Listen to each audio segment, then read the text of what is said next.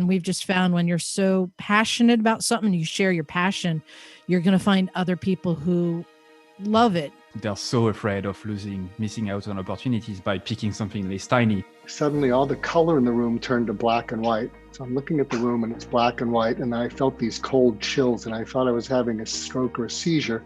I'm just in it for the long haul. Like, I just keep showing up and hitting publish and then on to the next one.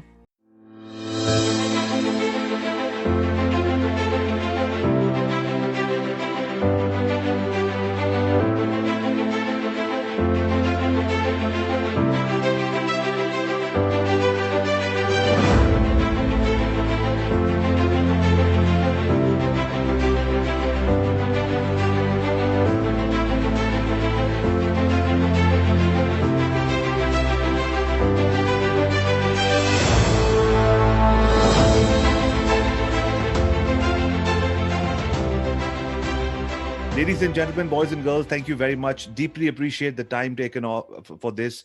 My dad, who is a huge influence on my life as an entrepreneur, tells me every single time I speak to him, when we talk about projects, business, and everything in between, he said the most expensive thing that you can ask from people is not a high-ticket product, but is their time. So all of you people have given your time for this project. I deeply appreciate that.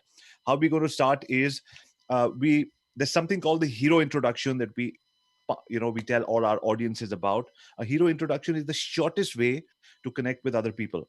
I always say the shortest distance between two human hearts is a story. You tell a perfect stranger a story and you connect a heart for life. So I'm going to tell you my hero story, and then I'll give everybody 30 seconds to tell us your story, and then we go to the next section. Does that sound fair? Alrighty. So ladies and gentlemen, my name is Avi Arya, father of 2 girls, 6 dogs, husband to a superwoman, a streetcar racer turned hotelier, now social media marketer, and founder of Internet Moguls. That is my hero story. And we go next to Louis. Over to you. Bonjour. I'm French, living in Dublin. Started Everyone Hates Marketers 4 years ago to fight marketing BS. I don't know if I can curse, so I'm going to keep it, nice so that everyone is not offended. Lovely. Thank you very much. Lisa. Hey, I'm Liza Miller. I run the Motorcycles and Misfits podcast, where we talk about all things motorcycles. And I'm proud that we have just gone past our 400th episode. Excellent. Well done. Eric and Chris. What's going on, guys? This is Eric. This is Chris. We are identical twins with humongous eyebrows, as you can see. We're the hosts of the Dynamic Lifestyle Podcast, and we're close to about 300 episodes. But yeah, we're actually, we have a big track record in the fitness industry. And the last 3 years, we pivoted to B2B coaching, helping fitness professionals go online and just create more income, impact, influence, and independence. Excellent. Thank you, gentlemen. Danielle. It's Danielle Crittenden. I'm an author and a journalist. I'm a mother and a wife, and I'm also the creator and host of the Femsplainers podcast. We're based in Washington, D.C., and we like to think that we discuss serious, women-oriented topics in a refreshing, original, and not the usual politics way, and a cocktail is usually involved. Love that. Love that. Mark, over to you, sir. Hi, my name is Mark Goulston. I'm the host of My Wake Up Call, which was selected as the top inspirational podcast by UPS recently.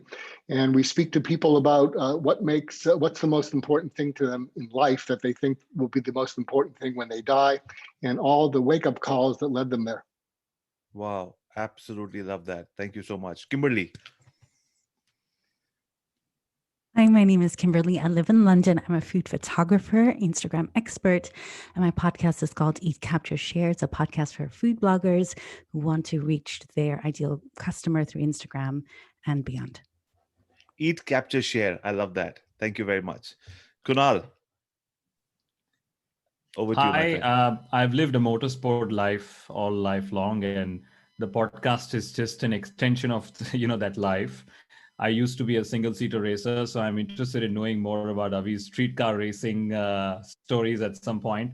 But I co-host and produce the Inside Line F1 podcast. It's a podcast on all things Formula One, and we are closely reaching our 400th episode this year. Fantastic. Loved your website. All righty, Stephanie, over to you. Hi there, my name is Stephanie Safarian. I am a mother of two girls. I live outside of Boston with my husband, my daughter, my dog, and 10,000 bees. I am the host of the Sustainable Minimalist podcast, which is a show about living a simpler, more intentional life with your children. It's geared towards parents. And my podcast recently morphed into a book by the same name, Sustainable Wow, Minimalism. that is fantastic. Thank you so much. Tim, over to you, sir. Hey guys, glad to be here.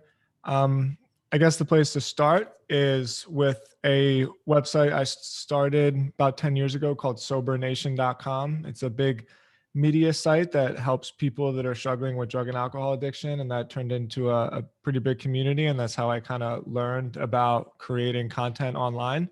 And then since then, my 10-year journey has turned me more or less into an investor. And today I'm spending most of my time on copyblogger.com, which is a resource that helps writers build online brands to grow businesses. Lovely. Fantastic. Thank you, everyone, for your hero introduction. That takes care of the first section of today's show. The second is, we went through multiple people, and there's some amazing creators online, podcasters online. The reason that we reached out to you and requested all of you to be here is the one thing that we saw was everybody has a niche. And we always say dig deeper and find a sub niche. Find a place for yourself, which may not be a very big market to start off with, but it's something that you love doing and maybe an extension of your personality and your own story. So we saw that in all of you. So in approximately 1 minute's time, if we can go back through the same routine and you can tell us how you chose your niche or the importance of a niche in just about a minute. So we start with Louis. Louis, everything about a niche or a sub niche and how important it is and how you chose yours. Yeah, that's an interesting question because in marketing in particular, that's what we tell people to do, right? Pick a niche. But I think it's very vague to say that. And there's a fear usually from people. They are very afraid that the niche you're going to pick is too small, to sustain themselves. And I see that and I hear that so many times. They're so afraid of missing out on opportunities by picking something less tiny. Because what if someone contacts me and they're not part of this niche and I can get them as a client that would make more revenue? The one question that I like to ask people who are afraid of niching down further is, what are you missing out on by not niching down? You are missing out on expertise because you can't dig that deep into a topic. You are missing out on extra revenue because people see you as an expert and not just as a generalist anymore. And so flipping the question and asking yourself, what are you actually missing out on by not specializing is probably one of the ways that I've helped people to change that feeling. So if you can have something, a small niche that can sustain you, that's more than enough. And then you can grow after that. But first, pick something very small. Perfect. Thank you. Love that. Liza, over to you. Yeah, so I opened up my garage about 14 years ago to the public and let people come over, and I helped them fix their motorcycles for free. And from that, a community grew, and we would sit around and share advice and stories. And I thought, wouldn't it be great if we could bottle this and share it with the world? And that's when the podcast started. And we've just found when you're so passionate about something, you share your passion, you're going to find other people who love it because they have that same passion. Perfect. Fantastic. Thank you. Eric and Chris. Just to be clear, is this about like the podcast or a business? Podcast. Okay, so yeah, the podcast. So I mean, we go off the 4 pillars of life, which is health, wealth, love, and happiness. So that's kind of how we decided to come up with our podcast, Dynamic Lifestyle. That's what we feel is like living a dynamic lifestyle, taking care of your health, starting with that, then wealth, love, and happiness. So that's kind of how we niche down to that. Perfect. Perfect. Thank you very much. Danielle. The Femsplainers is about 2 years old. It's a podcast that's an extension of what I've done pretty much all of my life as a writer and journalist. 20 years ago, I wrote a book called What Our Mothers Didn't Tell Us. It's about love and marriage and sex, speaking to a younger generation of women. I was then younger, so I was sort of more speaking to my contemporaries. And I wanted to explore that in the wake of Me Too. I wanted to I was thinking of rewriting my book or updating it. And then I realized that, especially I learned from my daughters who are young women now, that they listen to podcasts. And so I thought the best way to reach a younger generation and talk about these issues was through conversations in a podcast format. And that's what I've done. Lovely, lovely. Love that. Thank you very much. Mark, over to you, sir. Yeah, for 25 years, I was a psychiatrist specializing in suicide prevention. None of my patients killed themselves. And I discovered that the approach, which I just came out in a book called Why Cope When You Can Heal, is something we call surgical empathy, where you go into the dark night of the soul with people. And when they feel they're not alone, they just start to cry, they start to heal. So in my wake up call, and I get about 8 requests a week to guest on it from pretty major people. And we open people up using surgical empathy. And of the 160 episodes, 120 of the people say it was the most vulnerable they've ever been in public. And we always give people the option of not posting. And I tell them, it's not about selling products. It's about getting my audience to fall in love with you and find out everything about you. And so I'm paying that forward and trying to save a few lives in the world. Fantastic. I love that. Thank you so much for sharing that. Kimberly, over to you. Yeah, so I decided to start eCapture Share for 2 reasons. One was because I'm a food photographer, food blogger. Most of what I do is visual. And so most of my competitors were in the blog space, in the visual space. And so I thought, what about reaching them through audio? There's something very intimate about that. There's a deeper connection that happens. And that space was still open because not a lot of people were doing it. And then the other thing is the 2 or 3 podcasts for food bloggers that did exist. Most of them, they were run by men, but also it was very much about how to improve your SEO and how to grow your mailing list. So it was very clinical stuff. And I wanted to talk more to the heart. So actually I'm really interested into what Mark said. So some of my episodes are eating disorders within the food blogging community or food justice, so things that affect us, impact us, but go a little bit more to the heart. So yeah, that's kind of what the podcast is about. It's a little deeper. Lovely. I love that. How all of you have got a niche and you've been digging down and sort of got a sub niche, like Mark said. Thank you very much. Sorry, like Louis said. Yes. Kunal, over to you, sir. The classic Zoom issue, right? I speak when I'm still on mute. So for me, it was, the podcast was an extension of the regular, life I would live as an accredited Formula One journalist. And it came about at a time when, I had a lot to write, but didn't have the time to write. And then I said, okay, what if I just sort of convert this into an audio file and host it on my blog, which has, been around for more than 10 years now. And we actually started the podcast before even the sort of industry got structured. So I was hosting audio files on my own server. And then along the way, we realized that this is getting structured. And, now we have a very good distribution platform and so on. But choosing Formula One was very easy because, it's been a sport that it's a family sport. It's what we discuss on the dinner table and the breakfast table. And, Grand Prix weekends are more like the weekends we look forward to rather than weekends we look at saying, oh God, we got to work this weekend. Lovely. I love that. And I'm going to pick your brain more on that. Stephanie, over to you. I started my podcast, The Sustainable Minimalists, because nobody was talking about what I wanted to hear.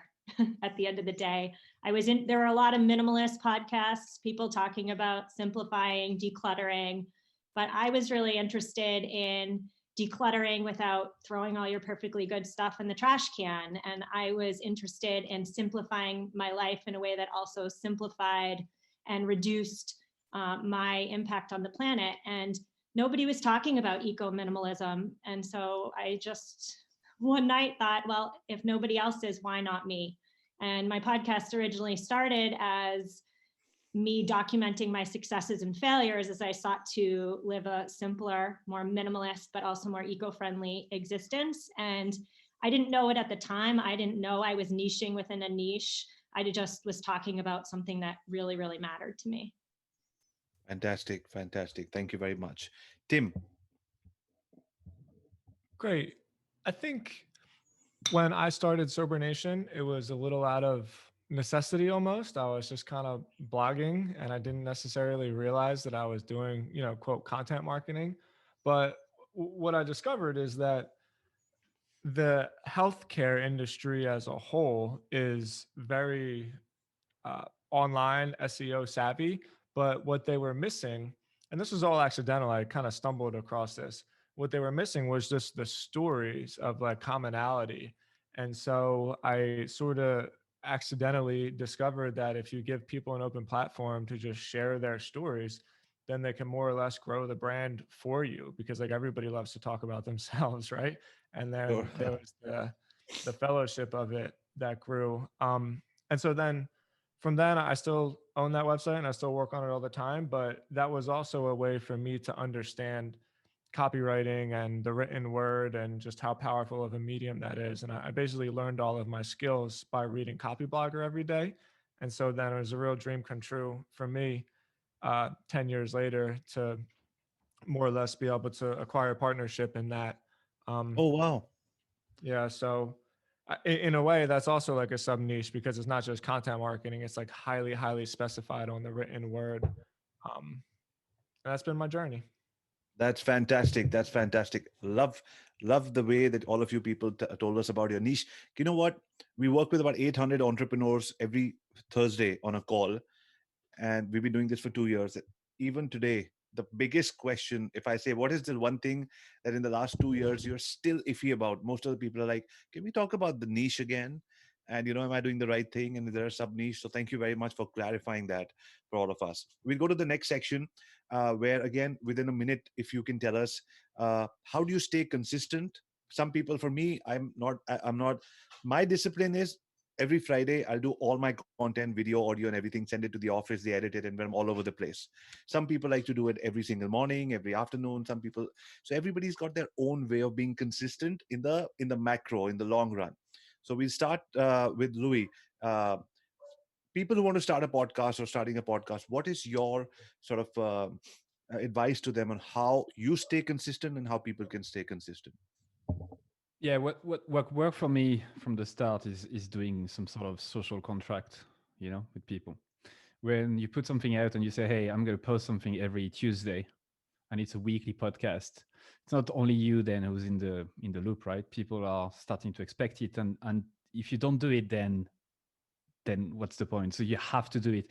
I work like that a lot. I need this kind of external motivation sometimes, and that's what worked from the very start.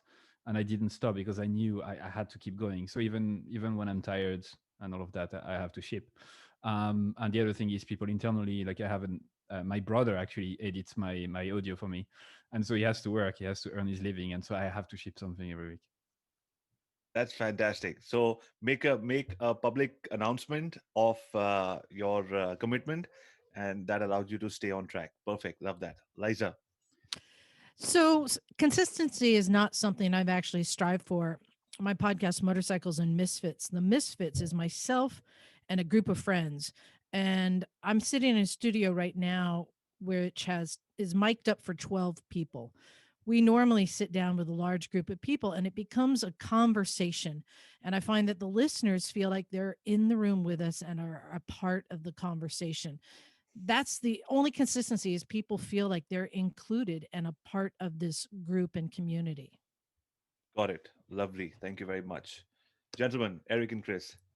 All right. So I think it takes three things. What we have bought into is three core tenets, which is leadership, just going all in and adding value. So what I like to really just like tell like my students is I'm all about just the three trifectas of leadership, which is every single day, you want to have a day just full of excellence. You want to have, wisdom, and you want to have some sort of discipline. So in order to have a successful podcast, discipline is a really big one, and you have to go all in. I don't think that, if you're going to start a podcast, you can't just go like halfway. It has to be something that you're going all in and just like really giving back to, the community and stuff. And once you understand that the podcast is not about you, it's about, serving other people and impacting other people, that's when the magic happens. And that's when you get fired up every single day and to just, record episodes. And for us, we put out 2 episodes per week. And just ever since then, that's just been kind of like what keeps us consistent, is just adding value and just bringing other people to, serve our audience. Lovely. Does being from the fitness industry and both of you being in top shape help, because you're already disciplined and sports athletes, and so therefore whatever you do is discipline? Or with everything else, it's not the same? Like you could be very disciplined in your gym routine, but maybe not so much in podcasts. How does that work? Yeah, definitely. I mean, I think it all carries over because for us, our biggest thing was, the whole fitness thing, which we started off in, which that took a lot of discipline and just it's a carryover. It's a carryover to work ethic depending on what you're doing, whether it's coaching somebody, being an entrepreneur or just being a podcast host. So absolutely. So does it help being twins? Like one of you can do a YouTube, the other person can do the podcast at all times. So that's exactly what we do. He's the audio guy. I'm the video guy. So I take care of the YouTube side of stuff and he does all the podcasting stuff. So it works out good. And Chris is the twin that's younger by 1 minute. Is that right? Awesome. I would have never guessed. Thank you for saying that. All righty. Danielle, on consistency. Well, I'm with Louis. I think deadlines are our friends. That's a saying in our household, that deadlines keep you showing up and get the product out. I think people starting a podcast don't realize how much hard work it's going to be and how much thought goes into making it successful. Like the fun of it, and certainly for me, is the conversations. And you think you can switch on your mic and you can just chat with this really interesting person. But in fact, a good interview takes a lot of work. It involves a lot of listening. And then, as others have said, you're building a community. Like this is your niche. How are you creating that sense of intimacy? Is the guest interesting? Is the guest on brand? I mean, Yep. there are a lot of people I would like to talk to, but it would not seem a good fit for the program. So and just turning up every day. This is my job. I'm having to build subscribers on Patreon. I'm having to create, this is as much as I've ever done in my life as a journalist. You're creating not just your podcast content, but content around the podcast. So I turn up every day for at least 5-6 hours a day, just building and pushing and publicizing the work that I do once a week. And again, I think it's good to have a day that you drop. Weekly is better than monthly. So yeah, keeping to deadlines and keeping consistent and just real hard work. Lovely. I love that. We have an email subscriber base of 226,500 people, and we're going to make sure that this recording goes to everyone to help all of you people in that outreach in whatever way that we can. And we've already made an announcement that something like this is coming up, so they're all fired up. Mark, on consistency. So I post Wednesdays and Sundays, but one of the things I focus on is what are my listeners listening for? If you ask yourself, what are they listening for? That can help direct you. And so what I tell my guests is I say, my listeners are listening to be inspired. That's inspired. Because if you motivate people and you pump them up, you take the pump away, they deflate. If you inspire people and you lift them up but give them no direction, they are lifted up with no direction. But inspired is you lift, I tell my guests, I say, inspired is you lift them up out of wherever they are and you give them a direction. And your role model is Peter Pan when he said to Wendy, second star to the right and straight on till morning. Wow. Love that. Thank you so much. Kimberly, I'm how a do you stay little consistent? in Liza's camp. So I'm very inspired actually by all you for doing it consistently, but I do it in seasons. So I do 10 episodes per season, and then I take about 6 weeks off, and then I do 10 episodes again, just because my main job is as a photographer, and just to get it all in. And also I write a weekly newsletter. So that's my consistency. And the blog is an extra. And part of the reason I did the blog is to really position myself as a teacher. But it's not it's not my main thing. My main thing is my photography work. So for me, the consistency really lies in always speaking to my audience, knowing exactly what they want and delivering on that, and then delivering those 10 episodes per season. Lovely. Fantastic. Kunal. For us, consistency is about also communicating to people when they can expect us. So, anytime there is breaking news that happens in the Formula One paddock, there's a good chance that within 12 hours or 24 hours, you'll hear about it on our channel. We do pre-race and post-race episodes, so people know from before that if there are 23 races in the season, there will be an episode before that look forward to the race, an episode that look back to what happened in the race. So communicating that consistency is what we sort of focus on. And then what Mark said, it's about why people want to listen to us and not 3 or 5 other Formula One podcasts that are there. So it's about being yourself, because a lot of your listeners come to listen to you for who you are and what your views are going to be. So that's also what we make sure we focus on, and we keep that in line with our communication as well. Perfect. Lovely. Stephanie. I think consistency around podcasting is supremely important. And the reason why is because as a podcast listener, myself personally, in my own personal life, the shows I feel most connected to are the ones that consistently show up for me every, let's say, Thursday morning. That means a lot to me as a listener. So as a host, I try and provide that for my listeners. And I will also say that before becoming a full-time podcaster, I was a teacher, and I really view my capacity as a host as a teacher almost to my listeners. And I would never, as a teacher in front of a class, just not show up one day or not show up one week. So I really take those, disciplines as being a full-time something and just apply it to the podcasting world. That is fantastic. I love that. A teacher would never not show up. Absolutely. Yes, Kimberly, you had something to say?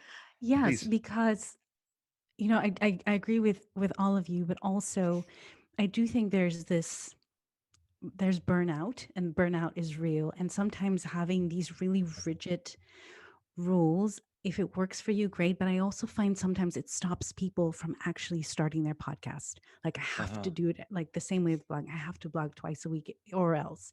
And so, for those of you who have got children or other things, like that, I find seasons is a great way just to counter that, because there is, burnout's real. So I wanted to say that. No, makes sense. Absolutely. Tim. Yeah, I agree with what everybody said. I'm kind of like a Seth Godin protege, where it's just show up and just show up. But I think one thing that I have done, which has helped me personally, is in everything I do, and this is terrible advice, by the way, when you said that this was going out to all of your users, I was like, well, they shouldn't listen to this at all. But for me, I maintain not being too attached to the outcome. Like the things that I have done in my life that have succeeded, I've kind of just kept doing without paying attention too much. And anytime I start like getting obsessed over analytics or like podcast downloads or anything like that, I start waking up in the middle of the night like, oh shoot, I did this wrong. I should have done it this way. Or like if I just keep showing up and hitting publish and then literally not thinking about it anymore, it works a lot better for me. So I'm kind of in between. Like the consistency and the habits is really helpful for me because I don't have to think about what I'm gonna do next. Sure. But at the same time, it's also just I'm just in it for the long haul. Like I just keep showing up and hitting publish and then on to the next one. Love Yeah, it. I love that, Tim. Yes, Louis. Please. Sorry to cut you, man, but yeah, I wanted to. That's very important, right? Showing up and it's process versus result, following on what we can control, right? Thinking about burning out, and what we can control is the only thing like that we can control, like our thoughts and our actions. And showing up and having not a maximizer mindset, but a standard that we reach, and then once it's good enough, we ship.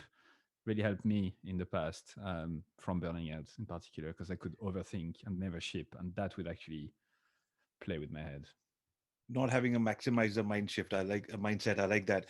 Just last night, my 14-year-old daughter had a conversation with my mother, and she's trying to change her school because if she gets into a better school, she has a better chance of getting into a better university, and she's very stressed about that. So she's having a conversation with my mother, and my mother told her, I was overhearing it. She said, uh, "You could get into the university that you want by maybe studying more in the school that you're in. You don't necessarily need to go to a better school and take that step, or you could. But just how do you answer that question for yourself? Remember, there are going to be lesser destinations and more time in your life in the process. So the destination has to be what you want to make you happy, but make the process happy as well. So just see if the process is making you happy. I thought that made a lot of sense as well. So I like what Louis said about, and what Tim said. It's I'm in it for the long haul. It should be fun, and let's keep going and having fun in the process. So thank you. Then, ladies and gentlemen, we've reached half time. I'm being mindful of Louis, Dr. Mark, Kunal, Daniel, Eric, and Chris. They have to leave exactly after 60 minutes. So that's why I'm trying to stick as much to the schedule as I can. And now what I'm going to do is I'm going to tell all of you people a little bit about my story and how this whole thing started and all of that. I'll take a couple of minutes, after which we'll do a freewheeling chat, and we'll start off by giving the mic and to Eric, Dr. Mark, Louis, and all those people who want to leave early, and then we can sort of have a cross questioning, and we sort of make it fun and make it like what Liza said: 12 people just having a conversation and making that fun. Okay, so ladies and gentlemen, on the 29th of October, just about a few months ago, I turned 44. But the story that I want to tell you is when I was 18 years old, born and brought up in New Delhi. All I wanted to do in life was to race street cars. My dad used to go to sleep at night. I used to take out the car keys from under his pillow, go race with people, and make some money on the side, and then organize races when there were no authorities around. It was a lot of fun. It was decent money on the weekend. And as an 18-year-old, I knew exactly what I wanted to do in life. I wanted to race cars and someday be able to make it to the UK and learn this professionally. I was one of the only 18-year-olds who had a plan. One day everything changed.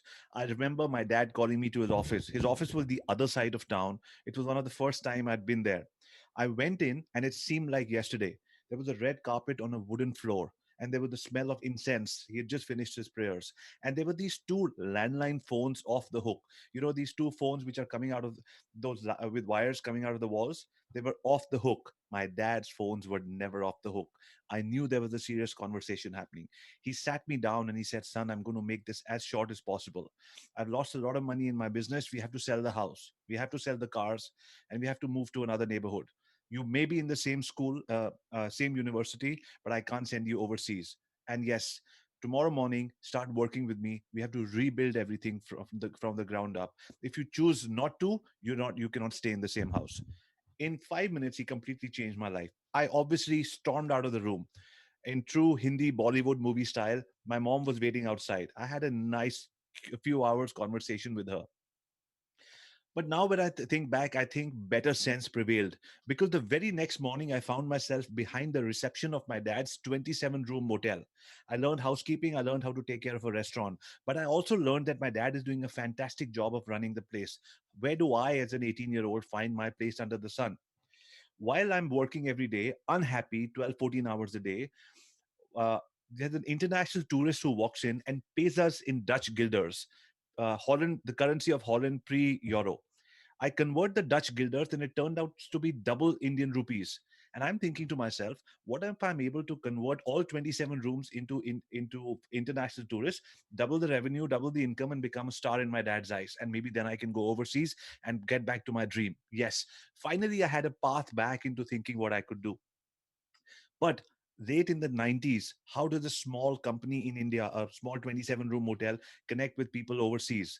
During that time, ladies and gentlemen, there was a new phenomena called the internet. This was a service that would allow people to connect with people in different parts of the world. However, the internet was available only in two places in Delhi: the British School Library and the Sheraton Hotel. Both of them were charging $10 for 15-minute access to this thing called the internet, which was obviously prohibitively expensive. I somehow made it for a few sessions, understood that my life can open up. I chatted with my family overseas and understood I can do a lot, but I still didn't have access to it. After a few months, there was an ad in the paper. Satyam Computers looking for cyber cafe partners. Contact manager Rohit. Rohit, after 20 years, is still a friend of mine because I was one of the first people who got after him that I need this cyber cafe. After a lot of back and forth, I got that cyber cafe. And now, ladies and gentlemen, I had 24-hour access to the slowest internet on the planet. A website would take the whole day to open up, but somehow I made it. And I chatted with people all over the world, and they said, you know what, Abhi, you need a website. Great. I knew what I needed now. Finally, direction in my life. But back then, there were only Bangalore companies making websites for American companies. They were expensive. So I got their developers to work with me on the weekend. It took 6 months for the website to be developed. The day the website was to be launched, I knew, I could feel it in my heart that my life is going to change and everything is going to be different from there on. The date came, the website was launched, nothing moved in my life. My first ever business lesson that life is a series of multiple successful events and not just one. I continued working on the site, going into chats, asking people what to do, put a landing page, put a toll free number, put this, put that. Slowly, we started getting electronic mails from people coming in. I started replying to these people who I'd never met. 15th of December, the first family of 4 people came in. I picked them up from the airport. They were real human beings. They came into the hotel, checked them into room 302. They gave me $400 to stay for 14 days in that small motel. I remember coming back to the reception, giving the money to the cashier, and I said, this internet thing works. After that, there was no looking back. I quadrupled down my efforts. Long story short, we filled up the 27 rooms very fast. We were the first, not amongst the first ever Indian non 5 7 star hotel, non branded hotel to go online.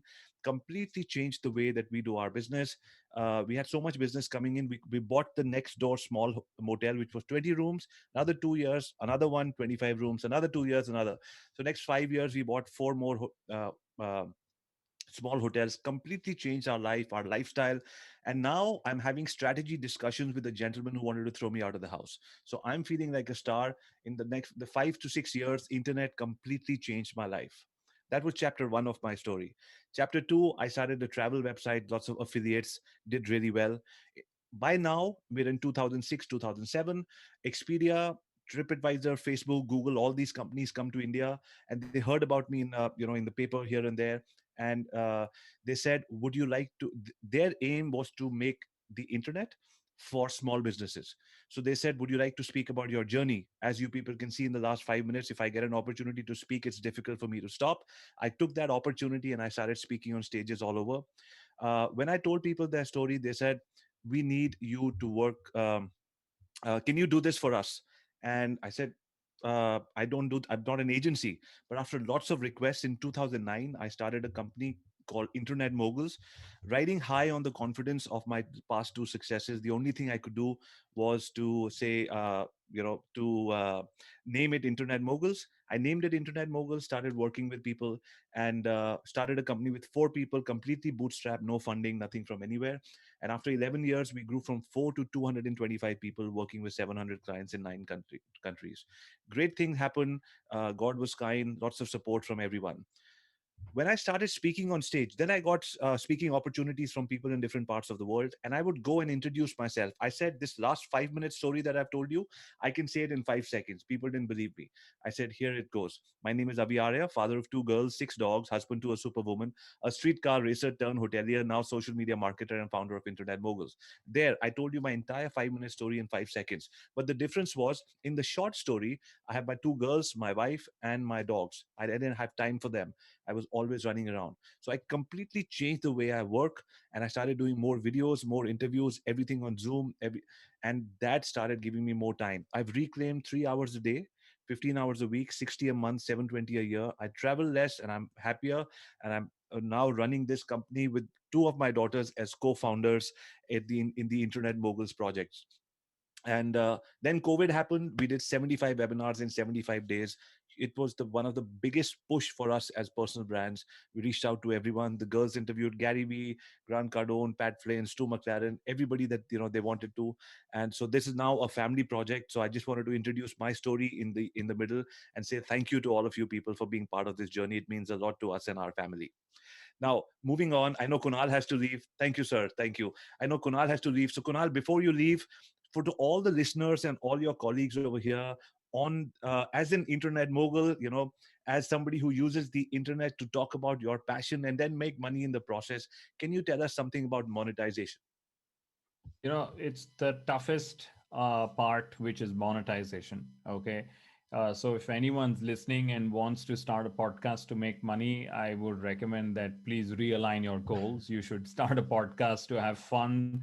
You should start a podcast to make sure there is some value you're adding to people. And along the way, if there is great quality content and there is a differentiated product that genuinely comes out, then there are very small chances you can still make money. But at the end of the day, there are different models. You can go speak to sponsors directly, or like we do, the podcast is used as a primary source of telling people the stories we gather in the Formula One paddock. So find your niche, as we've been speaking all along, and find your way. But in the end, remember to have fun, because this is a very, very fun medium. Just the way it's been fun speaking to all of you guys. And it's unfortunate that I have to leave and attend to my 4-month-old daughter, but it was great to be a part of the show. Not at all, Kunal. Thank you very much. Totally understand that you have to leave. And for all of us, before one by one, all of us leave, can we all share our Instagram handles in the chat? Because I'd really love for all of you people to see everybody else and their podcast. They are fantastic what everybody is doing here. Yeah, I'm at Femsplainers Podcast. Instagram is at Femsplainers Podcast. Lovely. I'm just putting everything in the chat.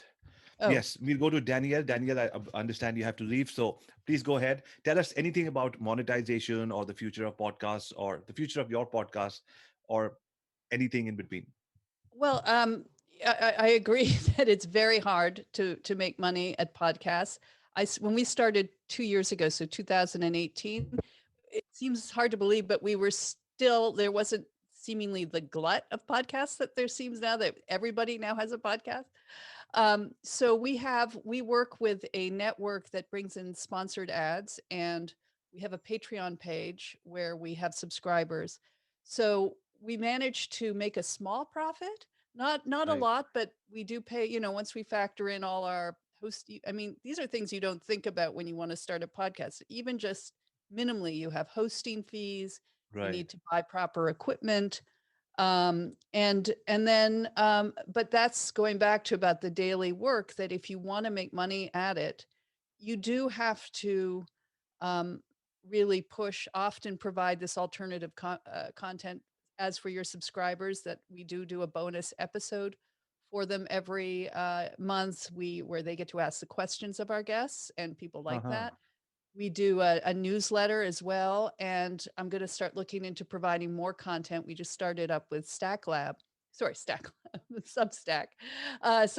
newsletter, moving away from MailChimp. So we're going to try that out and see if we can bring in more subscribers that way and provide sort of additional content. But yeah, if you love it and are passionate about it and willing to spend a couple $100 a month just on basic hosting and all the background fees that you don't really think about when you set it up, then it's fine. But if you want to grow it and make any money at it, you really have to push it. And it's not easy, but it's part of the job. Excellent. And also, Avi, I just want to say thank you for having me. This has been so interesting, and it's been such a delight to meet other podcasters and hear what they're doing. So I look forward to listening to all of you. And I really greatly appreciate being part of this. So thank you for convening this, Avi. Not at all. Thank you very much. The pleasure is all ours. This is so much fun. Thank you. Thank Mark, you. We'll go over to you. Monetization or any kind of wisdom. I loved what you said. Listen, it's for the listener. So thank you very much. Please carry on. My podcast isn't about monetization. It's about creating influence. So my suggestion is always be giving away value, always. And there's a formula I use with all my guests, and I have some pretty, Larry King, a guy named Doug Conan, Chip Conley, people reaching out to me, to be on the podcast. And I have a formula that I try to apply with all my guests, which is I want them to feel heard, understood, valued and that I add value to what they say. So I use that to build that muscle. At the end of every podcast, I'm going to ask myself, did they feel that I heard them, that I understood them, valued them, and added value to what they had to say? And then what I do is I fix them up. I say, listen to each other's podcast because I think you're going to connect. And I just make connections between people. And virtually anyone I reach out to, now these aren't business people. These are like thought leaders in the world. I interviewed a guy, Tom Steyer ran for president. Chip Conley was with Airbnb. And almost anyone I reach out to says, yeah, I want to be on your podcast. So I just introduce them to each other, and they'll always return my emails. So it's a way of expanding that. But I want them to leave feeling that they felt heard, understood, valued, and that I added value to what they had to say. Mark, can I ask you, you see what you said comes from a place of so much presence and patience. You don't, you can make out you're not striving to reach a destination. You're saying, I'm going to do what I can do, and everything else falls into place and people reach out to you. I mean, you obviously, it's about your energy, your presence. Were you always like this, or were you sometimes in a rush, and then over the years you realize that the best things come to you when you're... Well, here's a very quick story about how, being a suicide preventionist. So I wrote a book called Just Listen, became the top book on listening in the world, 27 languages. I spoke in Moscow last year with a Nobel Prize winner named Daniel Kahneman, Thinking Fast and Slow, and we headlined. But everything changed when one of my most suicidal patients called Nancy. She'd made 3 or 4 attempts before I started seeing her. And I was moonlighting. I hadn't slept for about 36 hours before I saw her on a Monday, and she never made eye contact. And she comes in on a Monday, and as I'm looking at her, suddenly all the color in the room turned to black and white. So I'm looking at the room and it's black and white, and I felt these cold chills, and I thought I was having a stroke or a seizure. So she never looked at me. She's like this, and I'm going like this, like this, like this, to see if I had a stroke or seizure. And I realized I didn't have a stroke or seizure, and I got very cold. And I had this crazy idea that I was looking at the world through her eyes. So because I hadn't slept for 36 hours, I said to her, Nancy, I didn't know it was so bad, and I can't help you kill yourself. But if you do, I will still think well of you. I'll miss you, and maybe I'll understood why you had to get out of the pain. Oh my God. And that was the first time she looked at me, and she looked at me and right into my eyes. And I said, what are you thinking? Because I thought I'd given her permission to kill herself. I thought I was in real trouble. And she said, if you can really understand why I might have to kill myself to get out of the pain, maybe I won't need to. And then she smiled. Getting these chills. And then I said to her, and I kept looking into her eyes like I'm looking into yours. And I said, here's what we're going to do. I'm not going to give you treatments or stuff that you've been given before. Would that be okay? And she looked at me with a look that said, keep talking, I'm intrigued. And then I leaned into her eyes and I said, what I'm going to do is I'm going to find you wherever you are. And I'm going to keep you company there for as long as it takes, because you've been there alone too long. Would that be okay? And she started to tear up, and she started to heal from the inside out. My God. I'm sure everybody's feeling what I'm feeling right now. We're all tearing up at some level. And I will tell you something, because there's a saying, whoever saves one life saves the world. Everybody can listen into other people's eyes, and people who are in a tough place, they're always screaming at you, I don't know how much more of this I can take, and I'm running out of time. And something that I learned from one of my mentors, who was one of the main pioneers in suicide prevention, what he would say to people, and you can say this to other people, what hurts? Where does it hurt? How much does it hurt? How alone do you feel when it hurts like that? Take me to the last time you felt that. And then, and when they can take you to the last time they felt it, here's an interesting thing. When someone can describe something so clearly that you can see it with your eyes, they re-feel it. But they're not alone when they re-feel it. And so when they're describing walking around 2:30 in the morning, wanting to put their head through the wall and didn't know how they were going to make it for the next couple hours and felt like they were at the wit's end, and then the sun rose, as they're sharing that with you and they're feeling it, and you don't rush in with treatment, you can just feel them begin to heal. So anyway, I don't want to take too much time. That is fantastic. We need to catch up 100%, Mark. I know you get hundreds of emails, but I'll try again to get your time once again because this was fantastic. Thank you so much. Yes, Eric and Chris. Can I tell you Yes. a quick story that Please, I had? please. You're going to like this. I had breakfast with Larry King every morning for 2 years. He's a little sick now, and one of the things he told me is he said, I've never been nervous on camera or in front of on a microphone. He said, and my secret is I'm always honest with my audience. And he shared this great story. He said, I always wanted to be on radio. And it was my first day in Miami, and I was going to be a disc jockey. And they said, okay, the manager said, okay, Larry, you're on. What are you going to say? He said, well, I'm going to say, this is Larry Zeiger. He said, the manager said, you can't say you're Larry Zeiger. And he looked at an ad that said King's Market sale. And so he said, hi, this is Larry King. And that's the first time any of us have ever heard that. Wow. Wow. And you heard it first on the Internet Mogul Show. That was fantastic. I love that. 2 years. That must be so amazing with one of the best. And I'll tell you his speakers in the world. secret is he never does a gotcha with his guests. Everybody loves to be with him because he always believes that whatever you're doing, you had a reason to do it. So everybody wants to be interviewed by him because he's not going to corner you and shame you. So it's a real lesson to be learned. Love that. Love that. And I'm sure 2 years, that could be a book in itself. 365 into 2, 700 and whatever it is, 820 breakfasts with Larry King. Fantastic. Absolutely. Thank you. Eric and Chris.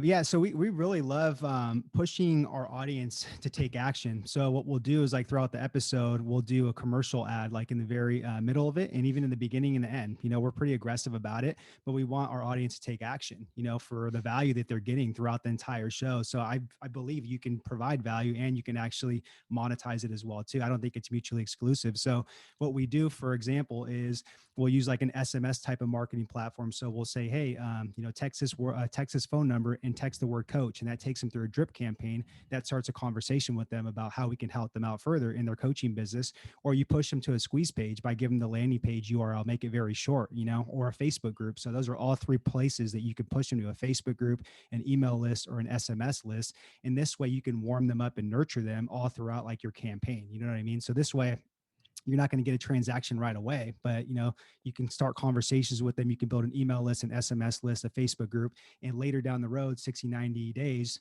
they can end up like hiring you or, for your programs or something like that. Yeah. And I think even just to add to it, a good point is like Tim said about playing the long game. You really have to understand that this is a marathon, not a sprint with a podcast show. And literally like building your network, it is so powerful. If you can just have that one concept that you are actually building a huge Rolodex of just like influencers and just people that can just change your lives, with just like one business deal. I mean, that's what it's all about. It's just bringing on great people that's going to give value. But then at the same time, it's like you have a right to ask for an ask if you want to do that because you brought people on and then added value to them. And you just have to understand that the power of networking and affiliate marketing as well too down the road. So that's something that we preach heavily to just, early on podcasters. Fantastic. So I loved what you said. You said monetization and adding value don't need to be mutually exclusive. They can go hand in hand. You know how much value you're giving, and then you also have a funnel at the back end. It's a business. At the end of the day, you build your net worth while you are building a system that allows you to convert, and then ads in between as well. Fantastic. 100%. Because a lot of people have this question: if no monetization, I don't want to start a podcast. And for whatever it's worth, a lot of amazing people don't do a podcast because they're like, I don't know how to monetize it. So thank you very much for sharing that. Yeah, absolutely. I want to slightly change the format for the next next few minutes that we have. So between Tim and Louis, if you were to ask each other a question, let me just put it back to you. What would you ask each other? Or let me start with Tim. Tim, ask anybody any question, and then we go to Louis. Louis, ask anybody any question. Any question? Well, I suppose one thing that I look back to myself is just, well, I almost need to give a little bit of context for this Sure. question, because when you're just starting, you're kind of just doing the next thing that's in front of you, trying to figure it out. And then when you have experience, you would think to yourself, if I would have done this differently and focused on maybe like this channel or this thing, how would I have seen better success in the long run? So I guess the question is, like, with all the experience, knowing what you know now, if you could do it all over again, how would you focus your audience and your business? Okay, and your question is directed to? We'll go with Louis. He said he's got to leave. Lovely. Yeah, and we're in roughly the same space as well. I mean, that's an excellent question, because I ask myself that question a lot. I created an agency a few years ago, and I failed completely at it because I had no credibility, no network, and I was expecting to take away from people instead of giving first, right? And I learned that, I had to listen to who I actually was and stop trying to act as the person I was expecting others. I thought others expected me to act. So I was buying those 3-piece suits, acting like a marketing consultant, and going to this chamber of commerce and getting clients this way. And I was acting, I was this actor playing a marketing consultant role, and it wasn't me whatsoever.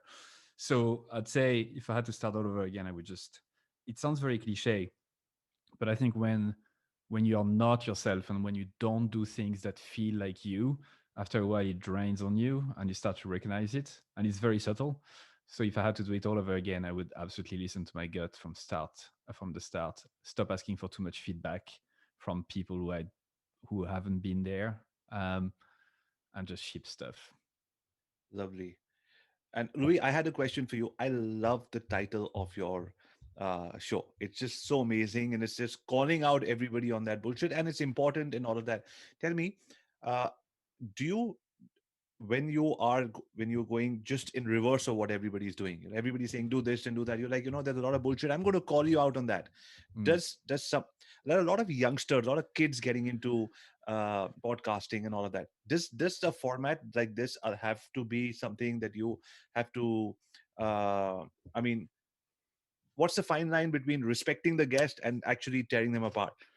Well, I never tear apart the guest. That's the secret. The title is very quote unquote aggressive. Everyone hates marketers, but everyone gets that. Everyone hates marketers because we use empty words to describe the unsavory, like monetization, which I hate with a passion.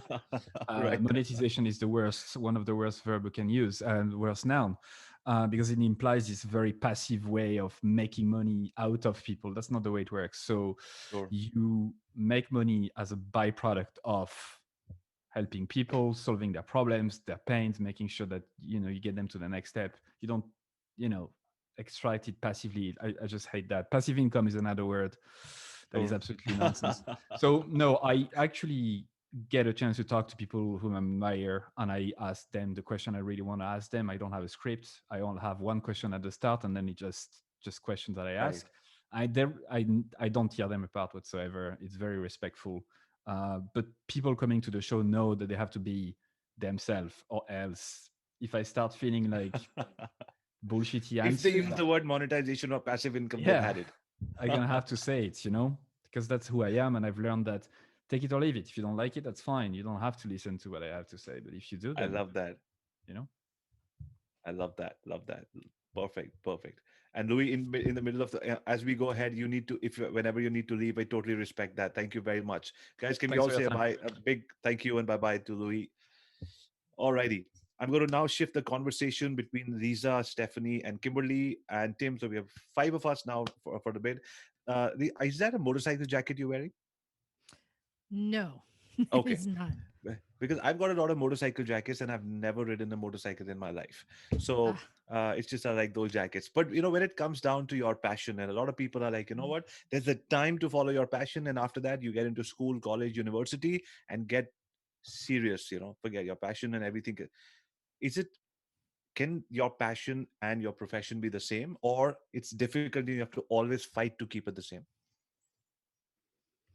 So for me, I don't do a good job at all of monetizing my podcast. This is not my career. It is my passion. I have found over the years, if I asked for, more emails, I got it. If I asked for Patreon subscribers, I got it. If I asked for access to people and places, I got it. And it's always kind of surprising to me because I never really tried hard at this because this is my passion. I find if your goal is to be successful and what you measure successful as, how many subscribers you have, how much money you make, that's a lot of pressure. And that Right. would taint what I love doing. So all of those things that come are just the icing on top. If I made no money, I'd still be doing it because this is Wow. about passion, simply put. I love that. I totally love that. Thank you very much. And Stephanie, I loved your website, by the way. It is so clear, crisp. It shows who you are. It shows the minimalist, everything. So when I saw your website, and for most of you, for most of, when I say most of you, mean most of the websites that I've checked. But when I saw your website, it's so with what you're saying in your podcast, and so you can't. So sometimes as human beings, we're not incongruent with ourselves. Sometimes we're in alignment, sometimes we're not.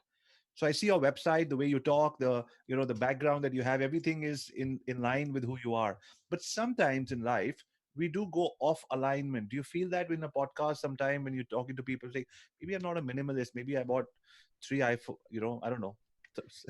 I don't know, an Apple Watch or maybe 2, and I'm Well, going off track. I'm just trying to ask, if do you go off track as well and then come back to say, this is who I am? that's a great question. And I would say yes, especially with monetizing, having advertisers, having brands want to come on my show and push a product on a minimalist show. I'm constantly juggling providing the best content, being true to myself, but also trying to make a living off of this. And so what works for me kind of goes off with what Lisa said, which was when things start to feel a little, not in line with my original mission 3 years ago when I started the show, I just kind of stop and ask myself, would I still be doing this tomorrow, even if I was making $0, even if I only had 5 listeners? And so far, the answer has always been yes when I ask myself that. And I think that's a good sign. But when I get to a point, if I get to a point where the answer is no, that's when I'm really going to have to do some soul searching there. I hope that answers your question. 100%, 100%. So constantly asking yourself, am I doing what I'm doing? Is this me who's doing this, or is it the advertiser, or everybody else in between? And that takes guts. And I always say that between ourselves and sometimes our family, we are always shown the mirror, and sometimes we don't like to see the mirror because we don't see what we like, and that's when the journey of us doing what we are not about starts. And so thank you for saying that, it's important to be in touch with who you are. Well, just one more Sure. thing to add to that is that, it's very time consuming, at least for me personally, to create a show every week. And then when advertisers come into play, it's even more time consuming. And it's, in my case, sometimes it's even more stressful because I need to provide not only to my listeners, but also to the people who are paying. And so then that takes me away from my family, which is, hello, minimalism, intentional living, do less of the BS and more real living with the people I love. So it really is just a balancing act, and what works for one podcaster, let's say, wouldn't necessarily work for the other person. But I do think at the end of the day that a gut check, constant gut checks, maybe in my case, are really important. Lovely. And I see that, we did a lot of research on all your channels everywhere, was so in sync. And I honestly, I wish I would reach that place of alignment sometime in my life. Kimberly, love the title, Eat, Capture, Love. And so it just, when you have a title like that, it shows from the get that you understand your audience, and your audience will get the title, right? You made it for them, and they get it and all of that. So how important is it for you to get that audience to get you? It's the other way around. For me, it's important that I get them. And Right. it's so interesting also listening to Mark. He's left now, but what he was saying was really resonating with me. My theme song of my podcast is I See You. And I really want my audience to feel that I see them. I want them to listen to every episode, just see the title of the episode, just go like, I was thinking about that. That's the question I wanted to have answered. I really want them to feel that I see them and I understand their pain point and I address it. I address it in my way. And to kind of link it with what you asked before, I don't have Patreon. I don't have sponsors. I've been blogging now for 7 years. I've never had ads, anything like that, because I don't want to have to speak to somebody who controls something about how I communicate with my audience. I want to serve them 100% in the way that I know they enjoy and that they get the most value. And so I don't want to be clouded by somebody else's need that takes away from what my audience wants. And I think that's why they come back to my blog. That's why they come back to the podcast. And so in terms of monetization I said this before, the podcast is about showing me as the expert and the thought leader and me as the teacher and the educator. And then I have my online courses. And there are lots of online courses at food photography, but I'd love people who connect with me and my voice and the way that I communicate to be drawn to me and to choose me as their teacher for their food photography. And so that's how I monetize. So it's really around Oh, me with lovely. my audience. Yeah. I understand. So you're saying that, so keep your podcast to make connections, and there are many other ways of monetizing Yes, stuff. Lovely. I exactly. love that. I love that. Oh, Exactly. And I perfect. have, Perfect. yeah. Because it answers both my questions, because I'm like, for most of our audiences, they need to make the money, and they're like, you know what, we watching this show, but we need to make money as well. And this is all great. But you're saying, do what you love doing, connect from the heart. The revenue or the money or everything can come from other sources as well. So Yeah. that makes me comfortable. Yeah. Great. And So yeah, sorry. I was going to not at say, all. and now I also have a book and I have online products. So, all those things. Is the book There- Eat, Capture, Love? No, the book is Creative Food Photography. Okay. The book is called Creative Food Photography. But, all those things, I always link to that. I say, if you want to support me, this is where you can find things to help yourself. Da, da, da. And people always purchase. So it pays way more than any advertiser Of course. would ever pay me. Of course. Because it's for them, for their community. They Exactly. need to have it on their table. Right. Liza, when it comes to, I like your headphones. It's the orange and the black. Is it like the Harley Davidson color? Not intentionally. Okay, not in. Okay, great. So, but Liza, it's when it comes to, you said you have a 12 people podcast set up, and Mhm. you people, everybody comes in. So, what do you talk about? Speed, or you talk about gear, or you talk about, everything else in the world that's BS can be left behind. And when I'm on my motorcycle, what do you talk about when there are 12 of you biking enthusiasts on that show? The answer is yes. We talk about everything. I mean, everything and anything two-wheeled. We love all types of two-wheeled, and that's one of the things that we try and share with everyone. Scooters, dirt biking, Harley, long distance, adventure riding. There's a whole world out there. Racing. I mean, there's so much for us to talk about. We talk everything, and that's when somebody is truly passionate. They love everything about it. That's fantastic. Alrighty. So this brings us to the end of this show. Uh, Gentlemen who've left and ladies who have with us so far, thank you very much. This means a lot to me and my family and my team. All right. So, ladies and gentlemen, boys and girls, so the top 10 podcasters on the Internet Mogul Show. Thank you all for watching. We're going to segment all of them into different profiles, and you're going to see multiple chapters of this show itself. Thank you very much for watching and listening. My name is Avi Arya, father of 2 girls, 6 dogs, husband to a superwoman, a streetcar racer turned hotelier, now social media marketer and founder of Internet Mogul. Thanking all these amazing guests and signing off for now.